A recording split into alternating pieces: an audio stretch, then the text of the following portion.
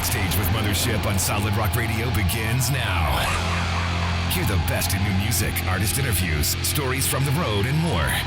You are now backstage, and here's your host, Mothership. Hey everybody, Zahna is my guest today, and she has a lot of exciting things to talk about. Strap on your seatbelts for the ride. We last talked in January of 2023, and Stronger Than Death was just getting ready to drop, and you were so excited. Well, here we are again because something huge just happened. You released a new single, along with that, a bombshell. You signed with the newly formed label, XOVR Records. Yeah. Founded by Brian Head Welch and his longtime manager, David Williams. Yes. How in the world did all this happen? Yeah, so we released Stronger Than Death in February of 2023, and it just got a lot of traction, and we were so grateful because it was so challenging to put that out independently. And so we went through hell and back to get that record out, and we were just so glad that it was streaming well and it was recouping the way it was. And I think around the fall time of the same year, I was like, okay, I put this out. I did 3 years of insane work just independently funding this. And I'm like, okay, what's next? And I just remember being like a little defeated because I was like, I don't know if I can do another 3 years of like the labor and the work it took to put out another album independently by myself, you know, right. Or me and Patrick, you know, trying to put this out. That's a lot of work by yourself. It's a lot of income needed too. And so who's got income? Yeah, I just remember that like I was actually like being like, well, okay, well, this album's gonna do what it's gonna do, and it's in God's hands at this point because I've done everything I can. And I think that I was kind of looking at a future where maybe I would just like need a long break from music and just, you know, maybe just get the fire back, because I was like, dude, to put out the type of quality that I'm trying to put out, it just takes so much investment. And so, yeah, I was actually starting to think about starting like a digital comic instead and kind of maybe be a different type of creator in a new chapter and produce something else. But it was in December where I think it was Matt Baird from Spoken who was, you know, calling Pat. And was like, hey, so how are you guys doing with the music, man? Like, and Pat has a record coming out too. Ooh. But he was like, there's an opportunity that I really want you guys to consider. And he had seen the announcement that Spoken had gotten signed with them. We're like, oh, that's great. You know, okay, a new record label by Brian Head Welch. That's freaking awesome. And we didn't even submit or anything. We're just like, you want to be approached for things like that. But he was talking to us. He's like, dude, I just really believe in you and your wife, you know. And Brian had been, I think, following my career for a little bit because I did a couple events with the Whosoevers, but there was another event that we did together that the schedule was running so late that like the Zahna performance was actually ended up being the time that Brian was supposed to go up and speak. Oh, no. This is back in 2021. He actually, after we got done with our set, summoned me backstage. And I'm like, why is Brian Head Welch trying to talk to me? I didn't even think we did that great on our set, honestly. And he was just like, man, that was so amazing. You guys did great. Like, I'm such a fan. I'm like, why is he talking to me? That's one of those, is this real life moments? Yeah, and I'm just like flabbergasted why I'm being summoned by this man backstage. I was doing a couple Whosoevers events in the Houston area. There was a promoter that was really bringing in the Whosoevers, and, you know, I was on a couple performances there, and I did get to cross with them and their team. And I think that they were kind of looking at me for a while to possibly just join in as like an evangelist, like with the Whosoevers. And that's kind of like what I was kind of hearing from people that were surrounded on this event. And so nothing materialized actually for years. And I was like, man, I guess they just like changed their mind or something. I was actually really discouraged. And it's so funny because actually what came on the radio is the Love and Death song. That's the cover with Lacey Sturm of Let Me Love You. I remember like just exhausting all like my avenues to progress this career, and, you know, hearing that song come up and like just being like, you know what, I should just quit. Like, this is just, I'm done, you know, like there's whatever, if nothing else happens, it is what it is. And I tried. And I just remember being so crushed. And I heard that song come on and it goes, you know, don't you give up. Nah, nah, nah, I won't give up. Let me love you. And, you know, all the bad shows I had, all the exhaustion, all the money problems, van problems, like personnel problems. It was just like, I just remember breaking down when I heard this song. And I don't even think Brian knows that. But I heard this song and I just started weeping. And I felt like God was just telling me, don't give up. Let me love you. Don't give up. So it took a long time for anything to happen still. And then, finally, I think we did that show in like the end of like December 2022. And then I didn't hear from that team until like December 2023 after, we'd put out the album that, I was really proud that it did so well. We kicked butt from the last release, and we did it independently. And it was just huge, but it was also so much upfront investment. So that's why I was kind of like teetering on like, well, do I really want to do this again or wait a couple years? Because I'm just so tired. We didn't talk to Brian at first. We just talked with Dave, the co-owner. And originally they wanted to put out Stronger Than Death again with like 2 new songs, like as a deluxe. And our first meeting with Brian and Dave and everything, because the first call in December went so well, was just Dave. And then on February 7th was our first meeting with Brian on the call. And we were still on course to put out Stronger Than Death with like a couple new songs. And the meeting went amazing. I was so nervous. I knew Brian was going to be on the call. And we decided to all move forward. And I remember that night we were able to call Pat's dad and tell him that the meeting went great and that we were moving forward with them. And that's honestly like the last conversation we really had with him, because 2 days later, he had heart surgery and had a delayed allergic reaction to heparin. He coded for 8 minutes, and that was actually on Patrick's birthday. And then they brought him back for 4 more days, and then he died on February 13th. It was just such a gut punch. It was like, you never think that like you'll get the best news and then the worst news of your life, like right after that. And so, oddly enough, at the same time we were going through that, the co-owner of the label, Dave, his son was in the hospital too for like a long time. Wow. So things were kind of on pause for a while with all these things happening. And we're just like, we got through the funeral, it being like a month until we heard from them again. We hope that they still want to do this and stuff. And they really did. And then by that point, we missed a couple deadlines to be able to reissue my album with Stronger Than Death. And then I was like, you know what? I'm just going to go ahead and ask them for a new record, because by the time that comes out, it'll be time for a new Zahna record anyway. Exactly. And they were just like, yeah, that sounds good. Let's do that. And I'm like, what? That's like a massive budget difference. Massive, and they were really supportive of it. And they were like, yeah, you're right. Like at this point, we might as well just do a new one. And so I'll never forget, the last night we got to talk to Al. He was just our music mentor and had just done so much for Patrick in his career to just get him off the ground in music and bands. And it was just so bittersweet. So, I feel like there's that gut punch that always comes with the end. But at this point, I'm just so used to bad news that it's like, just doesn't do anything to me anymore. I just have to hold on to the wins, just keep holding on. Yeah, so now we're in full-fledged progress for the new album. I literally wrote the last song today, doing scratch vocals right now, and I'll be doing finals. And then after that, all vocals will be done besides drum tracking, which we're going to do in a couple of weeks. So exciting times. Very exciting, but yeah, what a wild ride this year has been. Like so many crazy things that I'm just like, man, life is strange. It's weird.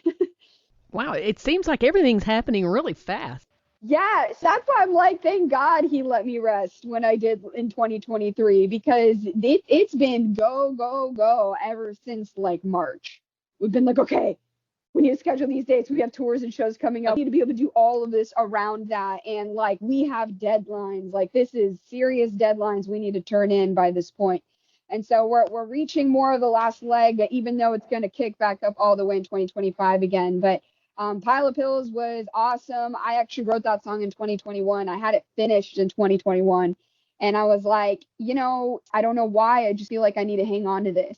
I need to like have maximum impact with this song.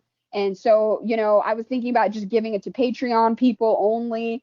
And I'm like, but I think it's a really cool song. I want everyone to hear it. And then it was actually perfect because the label wanted something as kind of like an appetizer until I got the new record out.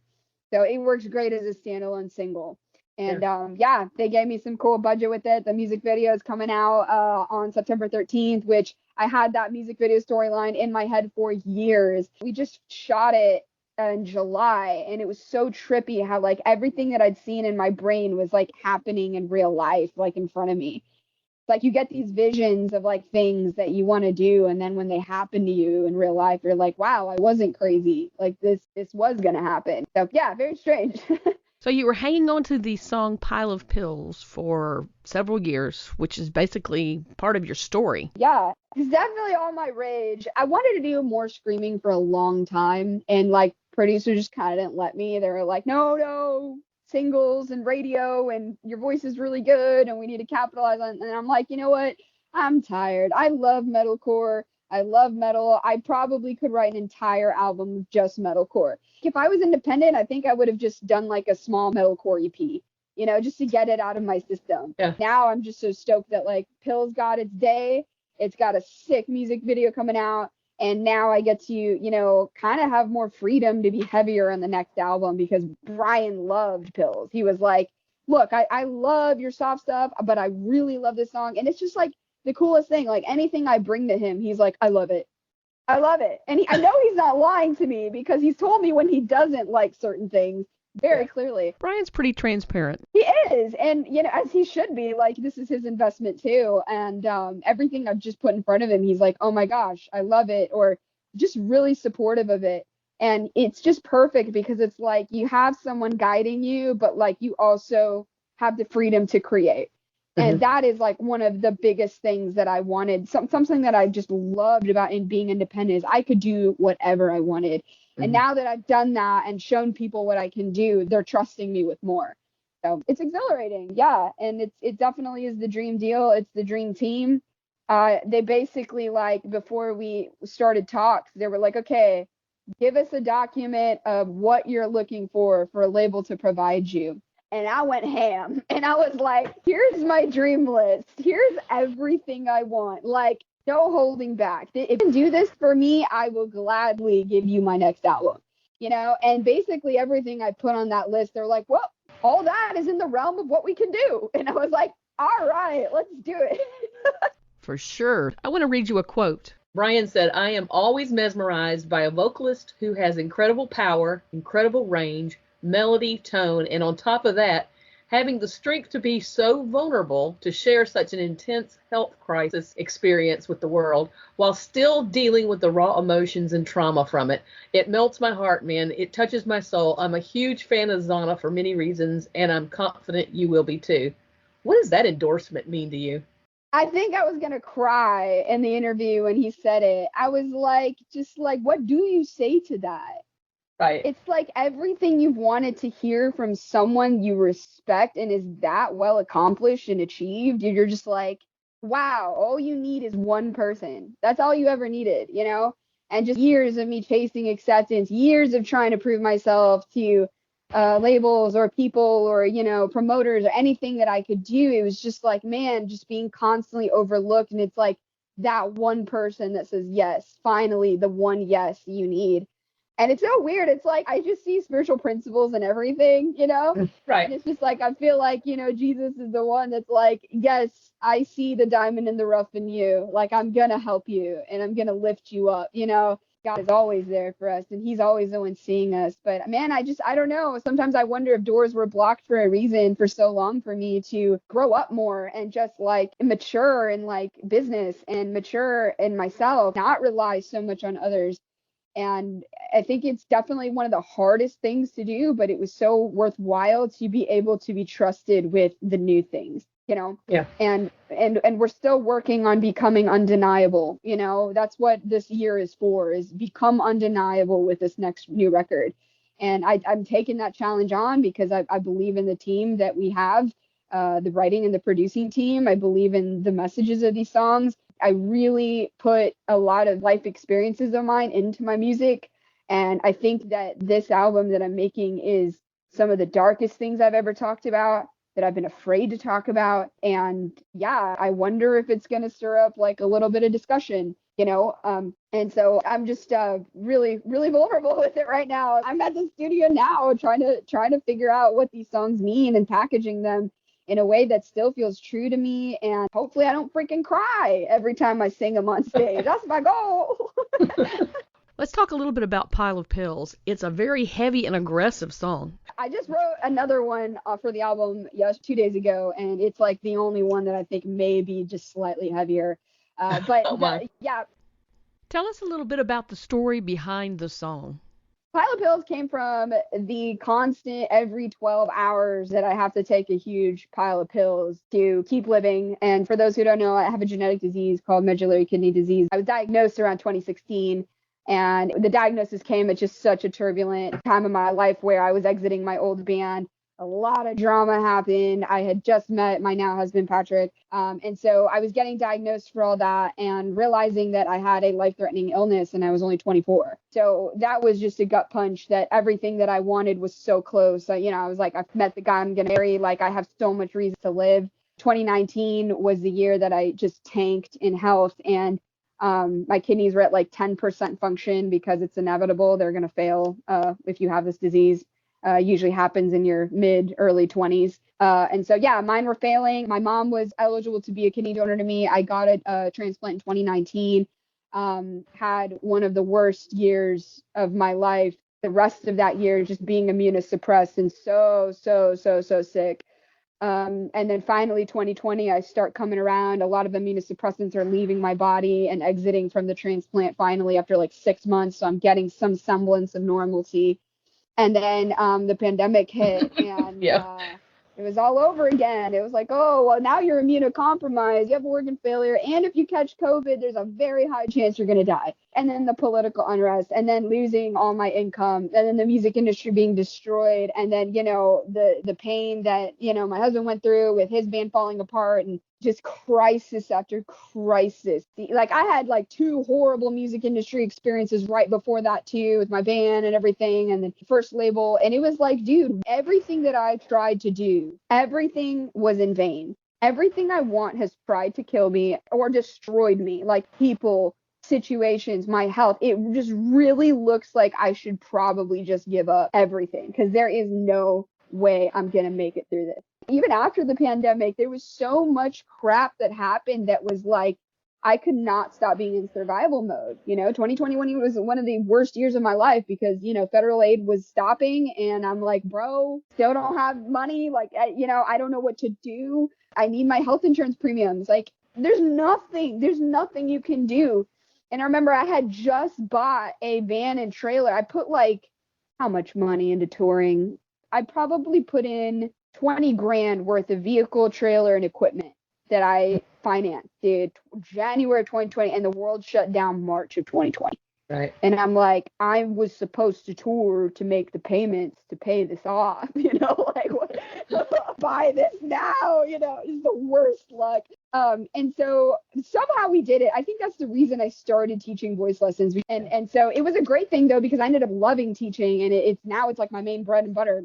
I can't stress how like resourceful I had to get and like resilient I had to get, even though like constantly being in the chaotic survival mode. Like, I remember just angry all the time. I actually have a song about violence on my new album because that was my state of mind. I just felt that storm in me all the time, ready to just pounce on someone. I was just going through so much stress in my personal life. And I remember just the trauma of the surgery. I had a lot of phobia of needles and hospitals, and just my brain almost broke. How are you going to wake up with a needle in your neck? The central line that they're going to put in you. How are you going to deal with being constantly sick and taking meds for the rest of your life? And, the pile of pills, dude, I was on so many medications every day, like every 12 hours, just this huge thing, just wrecking my stomach. And I stopped feeling hunger. I have so many side effects from immunosuppressants. It's not ideal. I'm not really fully healed. Like, I'm alive, but this medicine makes me sick too. So, immunosuppressants purposefully bring your immune system down so that your body doesn't recognize there's a foreign organ inside you and try to attack it and kill it. Right. But as a result, and as a trade-off, you get sick on everything else. You have a much higher risk for cancer because your cells can mutate, much easier now. And basically everything that would be touring was like, oh, you could die from that. Like, if you just like touch someone's hand that's dirty, that they didn't wash their hands, you could get seriously ill and die. Or, if you don't wear sunblock, when you're out doing outdoor shows, like you could get skin cancer. The probability is way higher than anyone else. It was like no matter what I looked at, no matter what I turned to, it was death. It was death of everything I loved. And I was working like all these really crappy jobs and just barely making it with that, and doing like 15-hour shifts or 12-hour shifts just to make it through this, when like I had no muscle mass from my transplant. Like I was building all that up, and just remembered starting these new jobs, and all the other girls were so immature and mean. They had no sympathy. They didn't care that I couldn't keep up because I was seriously ill. There were just no grace. Just every day you're like, I hate this life. I hate my life. There's no way out. And so, that just wore on me for a long time. And I wrote Pile of Pills because I was just asking those questions. Like, is it worth it to stay alive? I feel sick all the time. What's the point? I have no money. I have no life either. I'm not enjoying it. I'm getting triggered because I know work is going to be slammed and I have to go and deal with it. I never had days off. And if I did, I was stressed out at home. And that was 3 years. And so that's why that line in Pile of Pills, it says, I'm bitter and jaded with this sickness. I admit it, consumed with the pursuit of money. I can't clean myself from it. I've been sick for a long time, both body and mind. I wait the day I say goodbye. I change my mind all the time. Like, let's just do it today. Let's just die today, because I just don't want to do it anymore. So, I remember how sick my mind got and how sick my spirit was and my soul and my emotional state and my body. It was just every part of me was so ill, and there was no time to rest or heal from it. So it was just do or die for years. It was a cycle of that. So when I wrote that song, it was just trying to put all that emotion in there. And it's raging for a reason. It's just true, unfortunately. Well, Zahna, you're a warrior, a survivor. Yeah, I guess. I mean, it's nobody wants to do that, though. Believe me. Of course, you didn't have a choice. You don't have a choice. It sucks. So that's kind of what this album's about, is like talking about the darkest times. Because like when I wrote Stronger Than Death, it was basically based on the chapters of like 2018, 2019. And I started writing in early 2020. And like 2021 through 2023 was like the worst times of this, stuff. And so this album is pretty dark, and it's talking about those things. And I just can't believe that we're here and we made it to this point, because there were so many times I was like, I don't want to do this anymore. I just want to like fade. And then I realized, well, if I don't have music, what can I do with my life? And it was like none of the options that I thought about sounded exciting or satisfying. Like I started to genuinely be disinterested in life. And I knew that even if I hate music, it's the only thing that makes me want to live. And even if it destroys me, so it's that trap, it's just feeling trapped all the time. Like, that's the thing, like with Stronger Than Death, I really did have hope. Like I did at one point, and then I don't know how it got so bad. It was just like, when I first got diagnosed, I actually had a lot of motivation and a lot of cool things happening in my life that made me want to fight. And then when the time came to actually do the transplant, it was like, oh crap, I have to go through with this. And then I did it. And then there was all this regret, and like, because I felt so much more sick than before. Yeah. And then I lost so much time too. Like I had just put out a record in 2018 of August, and then I could barely tour. I couldn't do anything. Everything I try to do is not working. So either like I'm crazy and I'm not hearing this God that I thought talked to me, and there's so many times I thought that to myself. And then like there was like these weird moments where I'm like, I think he's talking to me, like in the song, in the Love and Death song. This one's pretty crazy. I just started telling this in interviews because I kind of just didn't know what to make of it. But I was, working my crappy job, and I was putting glasses by the dish pit or whatever. My head is such a mess. I'm just like, you know what? Maybe I just don't really hear God. Like maybe I just am wrong. And maybe it is just like my ego, or maybe it is like just what I like wishfully want instead of him. And I'm literally putting these bar glasses down, and this thought is running through my head that maybe I just don't hear God like I thought I did. And this woman, this customer sitting at the bar, she like jolted and looked at me, and she said, "You hear God and you know it." Uh-oh. And I was like, this would be something that God did. This would be something he would do.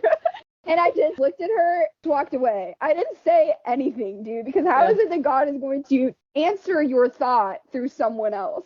It's really crazy. bizarre. And people don't have to believe me, but that's the truth. And that's what happened. Yeah. And so, I don't know. It was very bizarre to me because nothing was happening that I thought he was telling me was going to happen, because I knew that an opportunity like Brian was going to come my way one day. That I truly felt in my heart that would happen.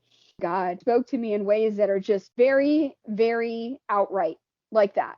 And I still was afraid that I was gaslighting myself, being like, oh, what if it wasn't? What if it wasn't? And he's like, dude, I just got to straight up tell you outright through somebody else, in public. So you believe me finally. That is who our God is. Like, he gives you promises that are so wild that you're just like, okay, God, the way he told, Abraham and Sarah that they were going to have a child and be the ancestor of the nations, and she's like laughing at God when he's telling her this. Just felt like, man, that's how he is. I think about it and I'm like, wow, your album isn't even out a full year. We got this opportunity. Like, that's pretty cool. Very cool. Yeah, I'm really proud of that. It's just, I don't know why things get so hard, but like in the Bible, you see characters that go through years of just confusion and torment. I don't want to do this if it's not of him. I know that it's not the me show. It's whatever he is desiring it to do within the music or reach the right people. I don't know. I don't know what his plans are. Well, I love the way Pile of Pills is written so that someone who might be struggling with addiction can also relate to it and not even knowing your story. See, I knew your story, so I knew what it was about, but not everybody will. I think it's going to be huge for you. I mean, it already looks like it's huge.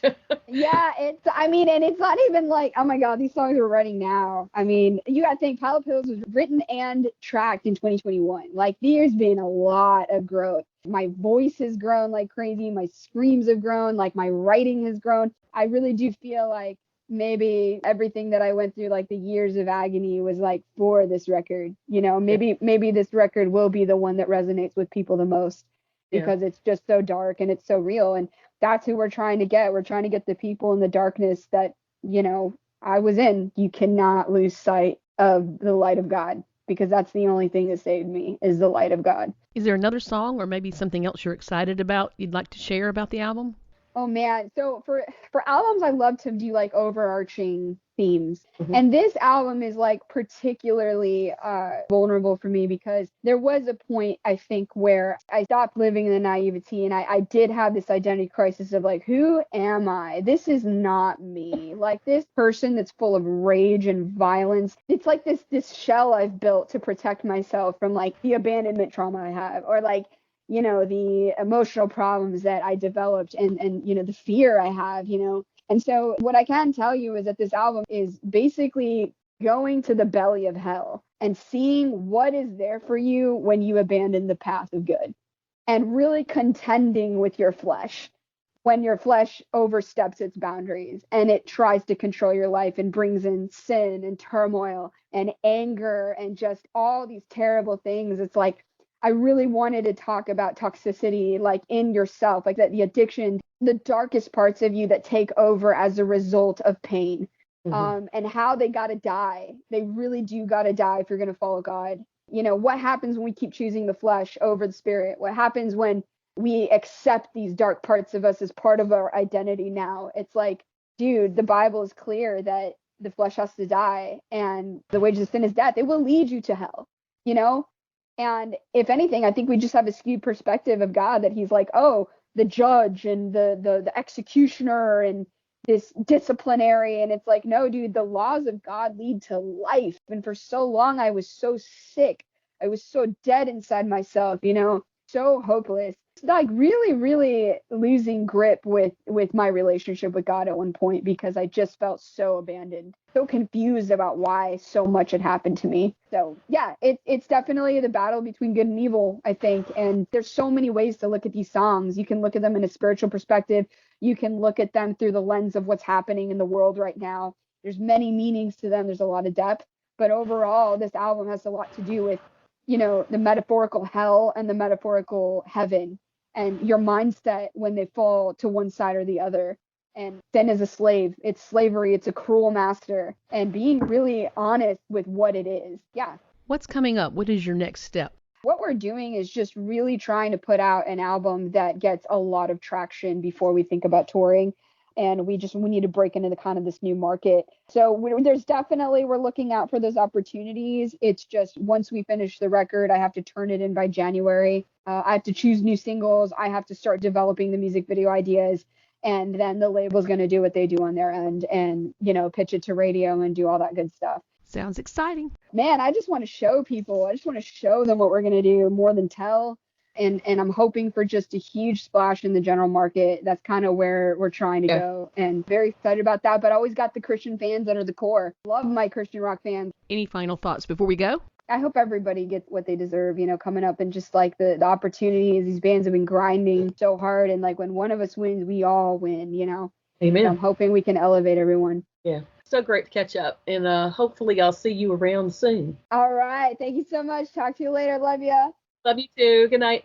Bye. Thank you for listening. Stay tuned for more great music and check out my blog page on the Solid Rock Radio website for my guests' social media links. If you've missed any of my past interviews, you can find them uploaded to podcast.solidrockradio.org. Have a wonderful week and let's be kind to one another.